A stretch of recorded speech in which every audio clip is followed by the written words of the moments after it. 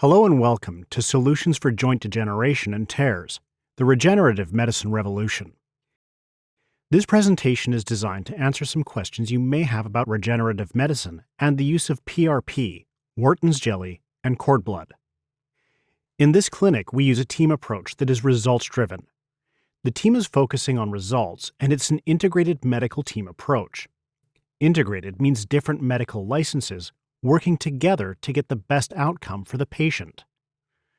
In our clinics, we work with medical doctors, nurse practitioners, chiropractors, and sometimes physical therapists, focusing on exercise, rehab, and regenerative medicine.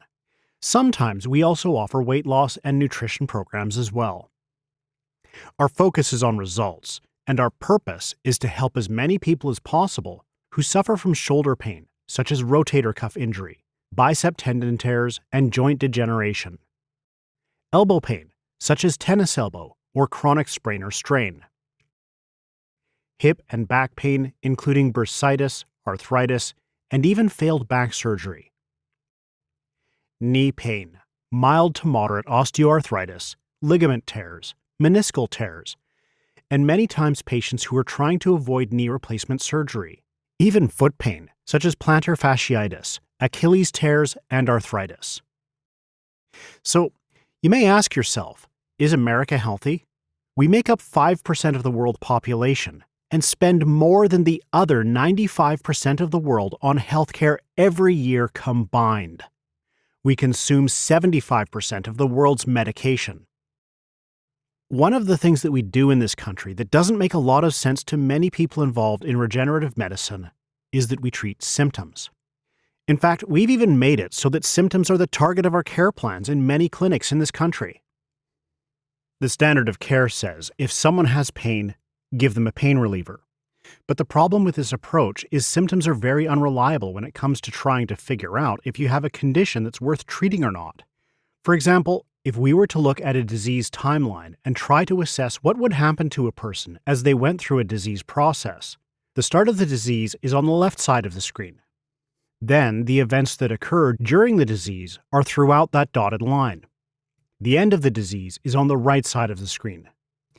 If you're going to treat that patient, or if the patient were to seek care, a lot of the times they wait until they have symptoms to go and get help. The problem is, in most diseases, the symptoms do not show up, if we're lucky, until the last 10% of the disease. An example of this would be cardiovascular disease. Cardiovascular disease is the leading cause of death in the United States. 50% of the people who have cardiovascular disease, or people who die from cardiovascular problems, the very first symptom they had was the heart attack that killed them. So 50% of the leading cause of death in the United States, the symptom shows up at the very end of the disease. Cancer, very similarly, as far as presentation of symptoms. You can have cancer for years before you get your first symptom. In fact, the symptom shows up many times at the end of the disease. With regenerative medicine, we are not focusing just solely on getting rid of the symptom. We are more focused on correcting function so the symptom goes away and stays away. So, let's look at stem cells, and stem cells in use with chronic degenerative arthritic conditions, which is the leading complaint that Americans have. What you're looking at is a picture or a schematic of a typical joint. The top of that picture is one bone, and you can see it capped by the cartilage, which is in yellow. And then it's separated by a synovial fluid, which is held in by a synovial capsule. And then the bottom bone, which also has cartilage, is further down. This could be a typical knee or hip joint. What happens is the joint does not have a direct blood flow into the synovial capsule. What happens is you have to have movement of one bone on the other to pump nutrition across that synovial membrane. If the joint doesn't move, it will degenerate. If you look at a patient who, say, their arm is immobilized in a sling, and they left it that way for a couple of years, most people would realize, yep, if you took that sling off, they would have been able to move their shoulder. It would have dehydrated that shoulder joint, and they would have a lot of arthritis in the joint. When you have arthritis, it comes from a lack of movement, which usually comes from scar tissue. What happens is the scar tissue limits the movement of the joint, which decreases the amount of nutrition into the joint, and then the joint starts to degenerate. The inflammation is actually the blood trying to force itself into that joint in the surrounding tissue. The inflammation from arthritis is usually not where it's supposed to be in trying to heal the tissue, but on the outer part of those tissues. What happens is you get arthritis. The joint doesn't move properly, and then this space in between the bones decreases because it's dehydrating, which causes remodeling of the bone over time, which would be the spurs and the little lipping and spurring you see on the joints. Inflammation of a joint, particularly the soft tissue around it that holds it together, is how people get arthritis. It's important to remember that movement of a joint prevents arthritis. How do people get scar tissue that prevents movement? Well, let's take a look at this. The average American is in a car accident within the first 2 years of driving. The average American has a car accident every 7 years. In fact, it is less than 2% of drivers that can say they've never been in a car accident at all. If you look at the physics of a motor vehicle accident, the force involved in the injury is equal to the mass times the acceleration. That would mean the weight of the car times the speed of the car. Now, a horse injury. If you fell off a horse that was going 20 miles an hour, the force would be your weight times the speed of the horse. If you fell off that horse and you weighed 200 pounds, the amount of force that would hit your body when you hit the ground would be 4,000 pounds. But if you're in a motor vehicle that weighs anywhere from 3,000 to 6,000 pounds, and we took 4 as an average, 4,000 pounds going 20 miles an hour is 80,000 pounds of force. When you see how that translates to your tissues, your head goes whipping back and forth because your body is strapped in, and this can cause microtrauma to the tissues around the joints of the spine. When that happens, the microtrauma is healed up by scar tissue, and now all those joints have a little bit less movement or limited movement, which causes degeneration. So, if you look at the case of the spine, we look at a normal healthy joint with healthy discs because the joint has to move independently. The 2 vertebrae have to move to continue to pump the nutrition into that disc. When you have an injury, phase 1 could go on for a couple of years where it's just decreasing the amount of nutrition in that disc. Now, this could be a totally asymptomatic phase. During that time, the body could move into phase 2, where the bones are actually starting to remodel and develop spurs. The whole time, the disc is dehydrating, so the space between the 2 bones are getting less and less. And somewhere between phase 2 and phase 3, people usually show up with symptoms and come into a medical office to try and get treatment. Sometimes, waiting until phase 3 is beyond repair, and more dramatic and drastic measures, such as surgery, have to occur. The typical treatment cycle in this country is when people start to get the symptoms, they go to their doctor. And the standard of care is, well, if you have joint pain, let's give you something to relieve the pain, like a nonsteroidal anti-inflammatory, or NSAID.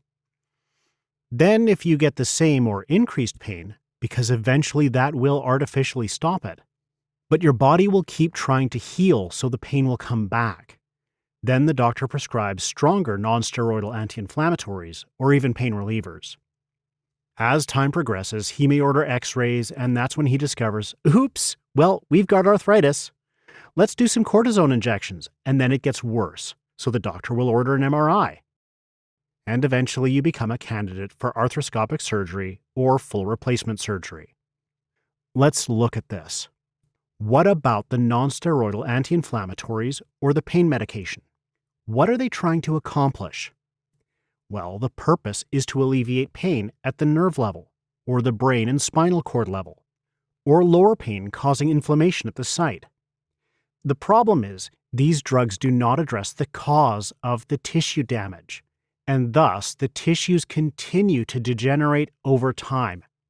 It's like having an air leak in your tire, and all that you're worried about is the sound it makes, and not actually fixing the tire. These drugs do not heal or regenerate anything. Nonsteroidals alone are linked to ulcers and heart attack and have been thought to be responsible for more than 15,000 deaths per year from bleeding in the stomach from taking nonsteroidal anti-inflammatories. So there is a danger. Not only do you cover up the symptoms your body is trying to make you aware of and is what it uses to heal, but the drugs themselves have side effects. What happens is then your doctor says, well, let's use cortisone injections, because now that we've looked on the x-rays, we know you have arthritis. The cortisone injection's purpose is to try and break down the scar tissue. That's why people use cortisone. It actually does that. The problem is, it doesn't just zero in on scar tissue. It breaks down all tissue, which is why it has to be limited. It degrades bone density and the cartilage over time. So putting this in to stop arthritis actually weakens the joint in the long run. It eventually worsens and speeds up the joint degeneration.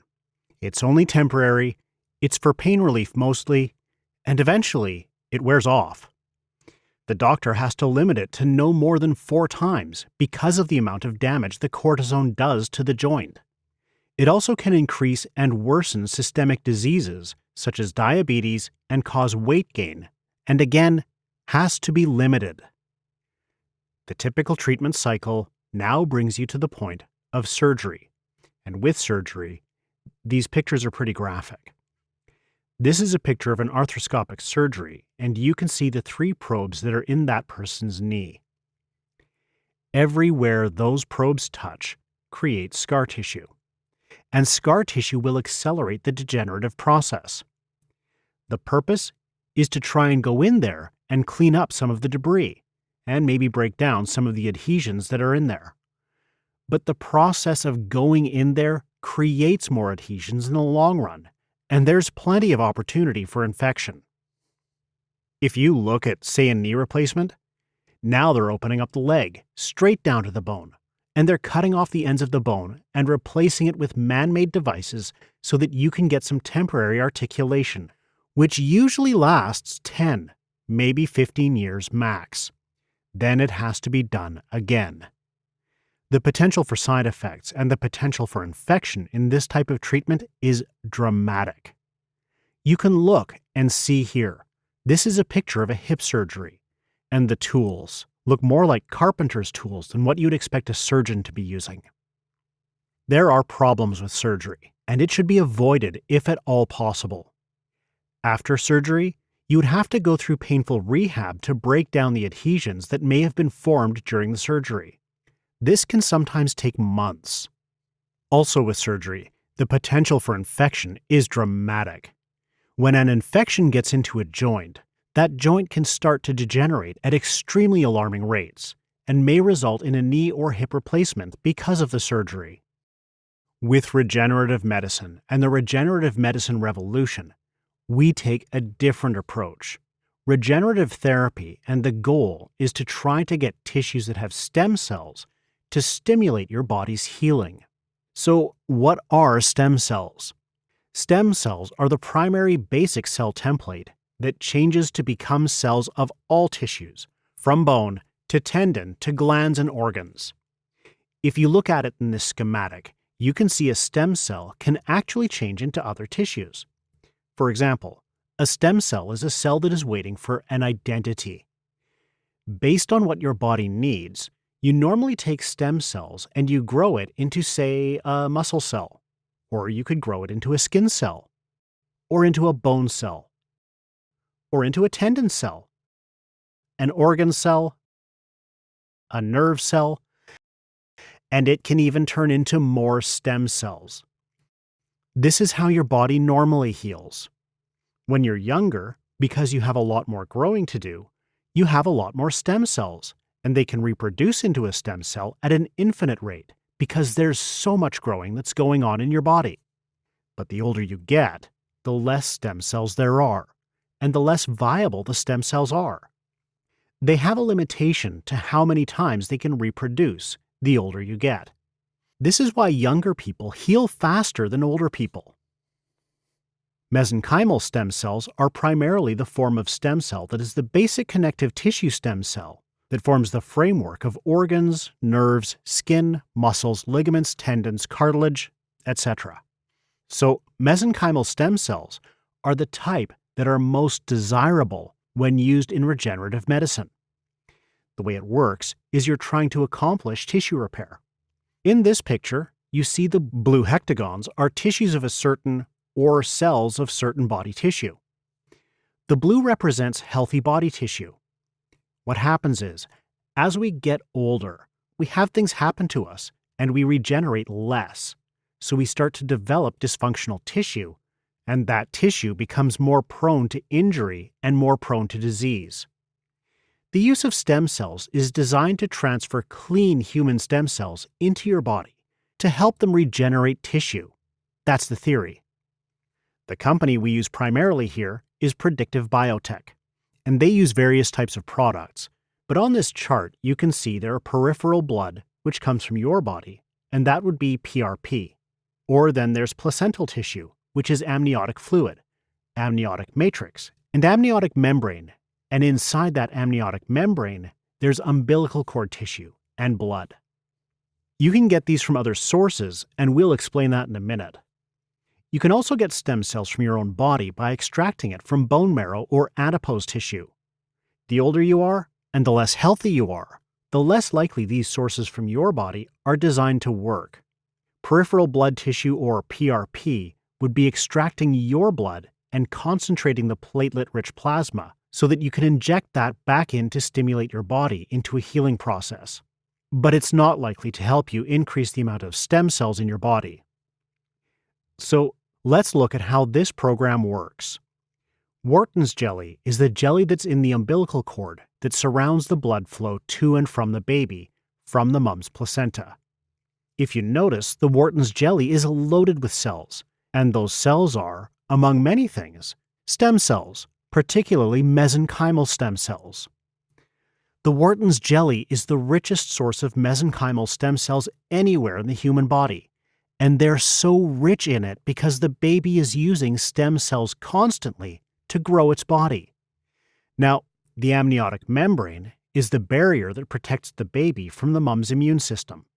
So Wharton's jelly is the protective layer in the cord. It is the richest source of mesenchymal stem cells. If you look here, here's an extract of a baby, or a picture of a baby in utero, before birth, and you can see there's a placenta, and there's two sections to the placenta. The chorionic side, which is the darker red, and the amniotic side, which is the lighter red, which is also called the amniotic membrane. Then there's the umbilical cord. Everything from the amniotic membrane in is considered immune privileged, and that's because the baby has a different immune system than the mom. And the tissues inside the amniotic portion of the placenta protect the baby from the mother's immune system, and you can see that's the layer right there. So they found that getting stem cells from these tissues can be used pretty much in anybody because they have that immune privilege characteristic.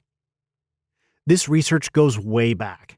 This is an article from the Journal of the American Medical Association from, I believe, 1910, where they were taking the grafting of preserved amniotic membrane and using it on burn victims and healing the skin of these burn victims. So it's the grafting of preserved amniotic membrane, and I'm sorry, that was 1913. So this technology has been known for a long time. This is the picture of PRP, where your blood is extracted, put in a centrifuge, and spun down to concentrate the plasma that gets injected back in. The idea here is this plasma is loaded with hyaluronic acid, growth hormone, and healing cytokines, and it will attract your own stem cells to the area. But the stem cells that we use come from healthy born babies. Cord blood, Wharton's jelly, and amniotic tissue are some of these tissues, and basically the FDA has cleared these to be safe. They're donated by healthy moms after a healthy live birth, and the placental tissues and fluids are processed in cleanroom environments that exceeds the American Association of Tissue Bank Standards, or the AATB. These moms and babies are screened for 9 months prior to the donation to make sure that they have no diseases and they are very safe tissues. So, what happens is the regenerative tissues, stem cells, and tissue building blocks, growth factor, protein, collagen, hyaluronic acid, and stem cells, when injected into an injured area, the theory is that these cells in the regenerative tissue stimulate the repair and your body regenerates only what is needed to be repaired. It basically gives you the healing power of a young, healthy baby. That's the theory. Recent research in clinical literature suggests that cartilage, ligament, tendon, muscles, discs, bone, nerve, etc., can help be regenerated with this type of therapy. It's a very safe procedure. It's an in-office procedure. It takes about an hour or less. There's no anesthesia, no hospital stays, no antibiotics, zero recovery time. Maybe just a little bit of inflammatory response around the injection site. We expect to see significant improved function within 1 to 3 months. Sometimes it can actually be a bit longer, but this is not a quick fix. This is a long-term attempt to get your body to fix a joint to its maximum medical improvement.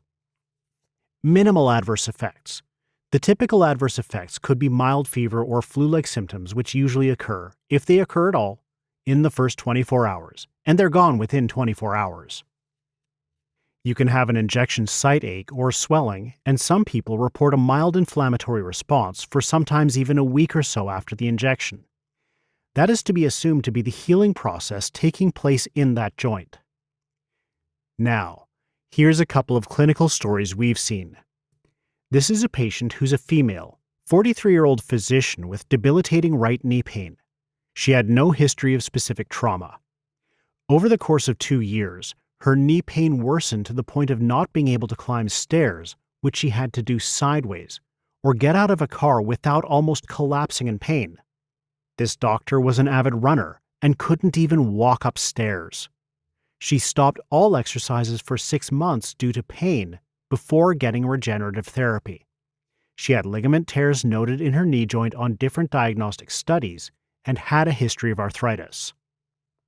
What happened was the patient got injected, and on the day of the injection she noticed a week later that she was able to run up and down the stairs with minimal pain. She noticed that after about 4 weeks, she described herself as 80% better and could do squats with almost no pain at all. Then finally, after about 2 months, the patient described herself as 95% better, able to return to exercise, pain-free running, squatting, and lifting. Our second patient story is a physical therapist, female, 54 years old, physical therapist with debilitating bilateral knee pain. She had numerous knee dislocations to both knees over 20 times each as a child. She was recommended for arthroscopic surgery at age 22 and was told she would need knee replacement in her 40s or 50s. She did rehab, nutrition, which included glucosamine and chondroitin sulfate, chiropractic care, and hyaluronic acid injections. It all seemed to help, but she still had problems with sitting crisscross with her children, wearing high heels for more than a couple of hours, and she could not run at all for over 30 years due to pain in her knees, and had difficulty going up and down stairs and could not do a full squat. After she got injected, the day of injection, she noticed within a week that she had mild inflammation in both knees. She noticed in about 4 weeks that she was able to wear high heels for a 2-day conference with no consequences. She also noticed she could do a full squat to get a case of water on the bottom of her shopping cart when she was shopping. She also reported to us that she decided to take up running after 12 weeks because she wanted to get in shape, to her pre-baby shape after her first child was born 20 years earlier. She describes herself as 95% better, and her quote to us and her testimonial was, "It's strange not having anything bother my knees after having problems with your knees for so long." Here's some pre- and post-X-rays of patients in one of our partner clinics. This is a patient in July of 2016, and if you notice, the space between the bones are missing a little bit on the left side, but a lot on the right. A little bit on the right side, but a lot on the left side. If you notice that left marker on the X-ray. After almost a year, you notice there's more space in those X-rays. This was the x-ray of the physical therapist with the knee dislocations. And at this point, April 2017, she was completely pain-free. This is another patient in the Chattanooga clinic. Notice how the knees were more narrowed on the inside, or what we call a medial side, which is a typical presentation for knee degeneration. This patient was recommended knee replacement surgery. She was injected in February of 2017, and by September of 2017, not only was she pain-free, but we noticed clear space all the way through both joints on both sides. This is another patient from the Collierville, Tennessee clinic, which is a Memphis suburb. You notice the very pronounced degenerative effect on that right knee with the very pronounced spur developed on it and absolutely no space. This patient could not walk up and down stairs. She got injected in February, and by May, she'd been going up and down stairs pain-free. And this x-ray demonstrated that she had complete space throughout her entire joint. This is another knee patient from Chattanooga, Tennessee, 2016. Notice the degenerative spots on the knees, and then increased joint space all the way through. It's not perfect, but these patients are much better off, and this patient is at this point pain-free. It's not just knees we work on. We work on a lot of joints, but those were just some examples. The typical national average knee replacement is $25,000 to $50,000. The out-of-pocket deductible on coinsurance usually runs $3,000 to $15,000, and there's complications. Knee replacement surgeries and hip replacement surgeries have a very high complication rate. Spinal surgeries have a 75% failure rate according to the surgeons themselves. There's a lot of potential for infection and complication. Now, the cost of regenerative medicine injections usually runs $5,000 to $11,000 per injection, depending on how much is being injected, and it's usually a one-time treatment, and that's the end of it. What you just watched was an explanation of how we use regenerative medicine in this office, and someone will be in a minute to discuss with you your options to see if you're qualified for this type of treatment. Thank you for listening.